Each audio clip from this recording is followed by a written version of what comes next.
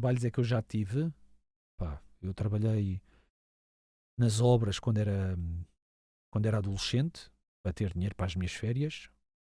Não era obras tipo muito agressivas, estás a ver? Era tipo portas de segurança.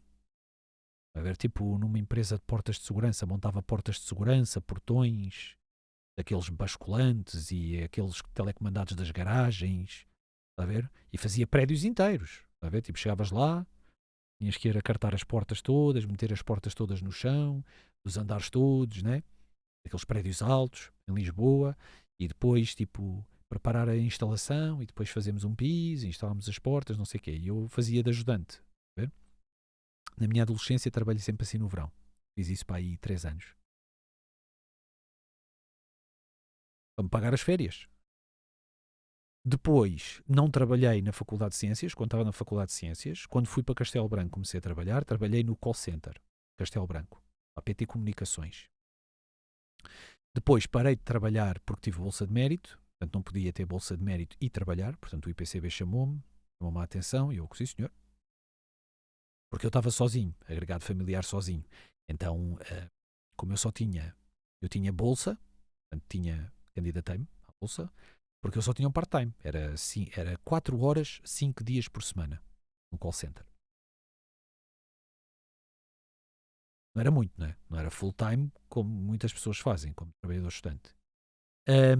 E os horários não eram rotativos e eram totalmente compatíveis com a faculdade. Eu entrava tipo às 7 da noite ou às 6 da tarde e saía às 10, ou havia dias que era das 8 à meia-noite ou até às 11. Eu acho que era das 6 às 10 todos os dias. Mas às vezes lá me pediam para trocar, tinha que ir às 4. Sim. É. Tenho a ideia daquilo trocar, mas acho que era por só me pedir. Depois, trabalhei em enfermagem veterinária, ainda a tirar o curso. Mas trabalhei, acima de tudo, foi na imobiliária, estás a ver? Yeah. O meu pai ficou doente e o meu pai tinha uma imobiliária. Depois, trabalhei num restaurante. Quando o meu pai começou a trabalhar, começou a voltar à imobiliária, porque ele começou a recuperar,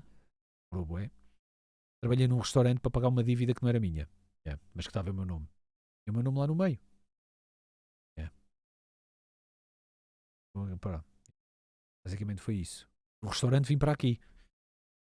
Tive uma proposta. É porque, repara, a cena da imobiliária, eu estava quase a acabar o curso, faltava-me tipo um ano. Mas depois de acabar o curso à distância com a imobiliária foi bem problemático para mim, porque eu não ia às aulas e depois pedia apontamentos aos meus colegas e depois ia lá a Castelo Branco fazer os exames e era como se os apontamentos valessem zero. Portanto, eu decorava tudo o que estava nos apontamentos, chegava lá e não chegava para um 10. Eu, tipo, era aluno de Bolsa de Mérito. Então não faltavam muitas cadeiras, não me faltava um ano, faltavam para aí 4 cadeiras ou 5 cadeiras ou o quê. Mas foi bem difícil fazer essas 5 cadeiras à distância. Depois tinha a hipótese de passar para a medicina veterinária, mas já não podia. Do ponto de vista financeiro já não tinha condições. Com a cena da dívida e o caralho, mano, foi pá, depois ando com a minha vida para a frente, agora vou precisar de trabalhar no sítio que me dê mais dinheiro possível e fui para um restaurante, fazia bem dinheiro no restaurante, pá. Ganhava muito bem, não te esqueças que também era a altura da troika e o caralho. Não era fácil. Depois, tive um convite de um cliente, fazia a mínima ideia quem é que era, não é? Era meu cliente minimamente regular, que era atendido, sei lá, 1, 2 vezes por semana por mim. Mas o gajo ia sempre às minhas mesas. Isso é a verdade. O gajo ia ao restaurante 1, 2 vezes. E o gajo era CEO de uma empresa, estás a ver? E convidou-me para trabalhar com o gajo. Fui fazer. Passei por uma fase de seleção bastante agressiva, provas conjuntas com outros candidatos, várias entrevistas e fiquei. Mas saí com 15 dias dessa empresa, porque era um mês à experiência, estás a ver? E eu saí do restaurante, só que o meu chefe do restaurante pediu-me para eu trabalhar lá ao fim de semana. E eu, nessa empresa, estava a fazer de segunda a sexta e Um fim de semana não trabalhava sábado e domingo, no outro fim de semana trabalhava sábado, no outro fim de semana não trabalhava sábado e domingo, no outro fim de semana trabalhava sábado, pronto. Portanto, os fins de semana eram intercalados entre 2 dias livres, o domingo só livre. E no sábado eu saía tipo 8 da noite. Então, ele como ficou na merda por eu ter saído, tinha que arranjar alguém, ele pediu-me para eu ir ajudar no restaurante ao fim de semana. E assim foi. Eu ia lá ao sábado, saía do trabalho e ia a correr para lá, e quando tinha sábado e domingo passava lá os 2 dias, fazia lá no restaurante para ajudar enquanto ele não arranjasse uma pessoa por mim. E depois, passado 15 dias saí de lá, estás a ver? Aquilo era uma cena mesmo bué da grave, eu nem sequer posso dizer a empresa que era, mas a culpa também não era da empresa, era mesmo da loja onde eu fui colocado, tinha várias lojas, e aquilo passavam-se lá bué das scams e bué das esquemas e o caralho, cenas mesmo estúpidas e ridículas. E basicamente foi isso, em 15 dias eu saltei logo fora, portanto, nem pensar. Pediam-me pura e simplesmente para fazer merdas antiéticas, estás a ver? E eu bati logo o pé. E depois disso, ainda me confrontaram, estás a ver? Em termos de desfia e não sei o quê, na base da falta de respeito. E eu... Epá, não tenho paciência para gente estúpida, mano. Né? Quando era mais novo, mano, menos tinha. Sinceramente. Então, yeah. Depois, fiquei como part-time no restaurante. Liguei ao meu chefe no restaurante o que aconteceu. Portanto, olha, enquanto não arranjar ninguém, esteja à vontade, que eu estou cá quando precisar, porque não correu bem do outro lado. E ele disse-me, então veja já para cá. E eu, não. Mas já estou cá há 3 anos, ou 3, 4 anos, não se justifica. Isso é estúpido. Fazer a minha vida para o outro lado, estou a pensar em continuar a estudar, fazer um pé de meia. E ele disse-me, então ficas como meu extra, que era basicamente o que eu era. E trabalhei no restaurante como extra. Então fazia os almoços de sábado, fazia os almoços de domingo, que eram os dias mais difíceis, e depois ele chamava-me a qualquer dia da semana, almoço ou jantar, consoante as reservas. Um dia que tivesse a casa muito reservada, a casa estava toda empenada por causa de jantares de empresa, até batizados havia e tal. Então eu ia, estás a ver? E comecei a fazer muito dinheiro como extra, porque as gratificações eram todas para mim, tal como eram quando eu trabalhava lá. Só que eu, quando ia, tinha 2 turnos no restaurante. Eu fazia 2 turnos. Em vez de um turno, tinha o dobro das mesas, mais do dobro das mesas de um turno normal.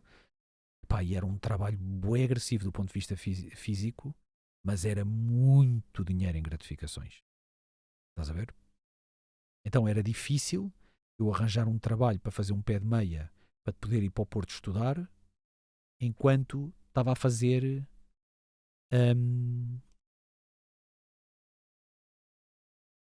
enquanto estava a fazer o extra. Portanto, eu para entrar num trabalho tinha que sair do extra. E não compensava do ponto de vista financeiro. E foi aí que eu comecei a streamar. Yeah. Basicamente foi isso. Elaborar um bocado no crime que tu fizeste não era ético. Era muita merda, estás a ver? Aquilo tipo, tu tinhas pessoas a chegar. As pessoas tinham um problema. Era uma cena relacionada com dentária. A primeira coisa, eu tinha que atender as pessoas. Portanto, quando as pessoas chegavam, eu tinha que atender as pessoas e depois encaminhá-las para fazerem um diagnóstico. As pessoas tinham um problema e depois eram impingidas um tratamento que era, sei lá, não era 10 vezes mais caro, era tipo 30 vezes mais caro, para fazer um plano todo de recuperação dentário e tal. Depois havia scams de consultas gratuitas, que era a oferta de consulta gratuita para tentar apanhar a pessoa. Pois eu, como tinha a minha ficha de clientes, portanto eu era um acompanhante do cliente, eu não era médico dentário, né? Não era dentista.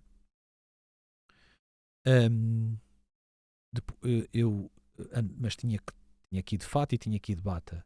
Mas tratávamos-nos como por doutores e não sei o quê, portanto a fingir que éramos médicos e o caralho. Depois, em caso das pessoas precisarem de fazer crédito, as pessoas podiam fazer crédito para a saúde, atenção. As pessoas podiam fazer crédito em vários sítios, e eu na imobiliária aprendi imenso sobre créditos, não é? Trabalhei com vários bancos por causa dos créditos da habitação e fazia o trabalho um dos trabalhos mais importantes na imobiliária do meu pai, que era desbloquear isso mesmo, nas melhores condições para os compradores. E a verdade é que cheguei ali e eu sabia que por lei não tem juros se forem em bancos, mas se forem em financeiras, tem juros. Porquê? Porque não tem juros por ser para a saúde. Mas nós éramos penalizados se fizéssemos com o banco e não com uma financeira, e nem sequer devíamos falar de banco, a não ser em última instância. Portanto, tínhamos que esconder o facto de ter juros, estás a ver? Depois, no chegar de clientes, os tais gestores de conta, né, que era o meu caso, tinham gabinetes, tínhamos horários, mas havia uma pré-seleção feita pelo gajo que estava a gerir aquela loja específica, e essa pré-seleção era tipo super, hiper desequilibrada. Então, tipo, as pessoas com quem o gajo se dava bem e não sei o que, não sei o que mais, só levavam pessoas lá para dentro, tipo, pessoas com carcanhol e o caralho. A mim só me mandavam clientes, marretas e o caralho. Era demasiada merda, estás a ver? E estamos a falar de scam. Nem é uma questão bem ética. Estamos a falar de scam autêntico, certo? Se eu estiver no meu trabalho, se tu precisas de para solucionar o teu problema, precisas ter acesso ao crédito, é da minha parte providenciar ou facilitar, eu tenho esse connect, tenho esse know-how, a cena de acesso ao crédito, estás a ver? E atenção, porque os scams depois, na cena dos créditos, os scams então era demais, mano. Aliás, eu tive formação para fazer créditos a pessoas desempregadas. Então, mas como é que a pessoa está desempregada vai conseguir aceder ao crédito? É fácil, isto não são valores muito grandes, eram só de poucos milhares de euros. Se disser que é da Rádio Popular, depois dizes que é da Media Market, depois dizes que é da Vorten, eles nem sequer verificam. E para eu haver créditos a ser aprovados e o caralho, com informações falsas, de trabalhos falsos e o caralho, tudo feito pelo mediador, pelo consultor, não era a pessoa. Esquece, mano. Era uma cena mesmo, tu não tens noção. É que não era uma vez, estás a ver? Tipo, não era uma coisa que era uma beca shady. Era só merda. Era só merda. Yeah. Foi 15 dias, mano. 15 dias.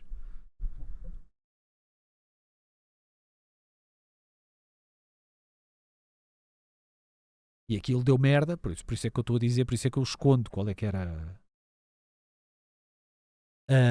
a empresa, porque aquilo depois deu merda da grossa. Né? Porque quando eu saí passado 15 dias, uma das pessoas importantes da empresa, com a qual nós não tínhamos contacto, tinha escritório ali, naquela loja. Apesar dela não contactar connosco diretamente, era bom dia, boa tarde, este é o senhor não sei o quê. E o que eu fiz foi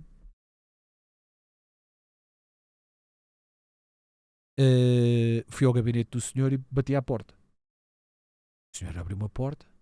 Então, Ricardo, olha, passa-se isto e assim, não se preocupe, eu só queria o e-mail da pessoa que me convidou para eu vir aqui fazer a minha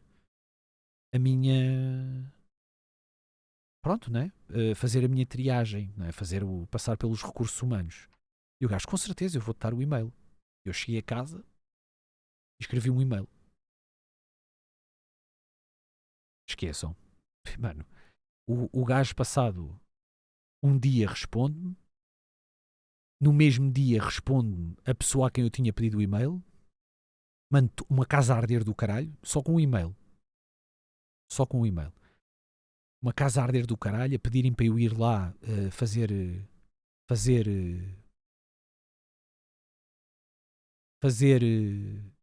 uma entrevista e eu virei-me, não perco mais tempo convosco. Desculpem lá.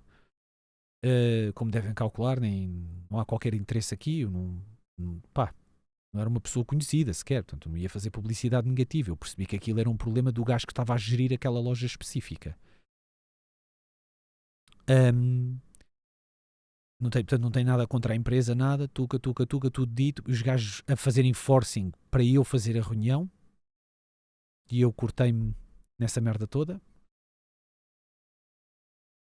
E depois por comunicação, por telefone, trocámos algumas perguntas, respostas que a pessoa me fez. E eu disse: você está-me a perguntar coisas que eu escrevi tudo no e-mail. Tipo, o e-mail está escrito como deve ser. E fiz um e-mail extenso, com os pormenores todos. E ele, com certeza, olha, eu só por descargo de consciência, quando eu resolver este problema, eu envio-lhe o e-mail. E o gajo me enviou-me um e-mail a dizer tudo resolvido, pessoa A despedida, pessoa B despedida, pessoa C despedida, despediu para aí 5 pessoas. Portanto, acreditem, pá, não sei se é verdade, foi um e-mail que ele me mandou, mas pela maneira como reagiram ao e-mail, não me conheciam de lado nenhum. Né? Pronto, o chefão daquela merda toda conhecia-me do restaurante e ele era chefão com mais pessoas. A empresa não era só de uma pessoa. Só a maneira, a celeridade e a urgência com que lidaram com o e-mail e a preocupação e depois o outcome final de mandar o e-mail não sei o quê, olha, ficou resolvido o problema, eu acho.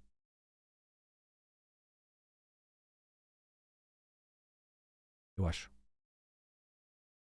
Era uma cena mesmo grave, meu. Homem sem princípios não é homem, respeito pela tua decisão. Mano, ainda foi mais grave do que isso, porque depois quando eu bati o pé, estás a ver? Houve um gajo que ainda me faltou ao respeito e o caralho.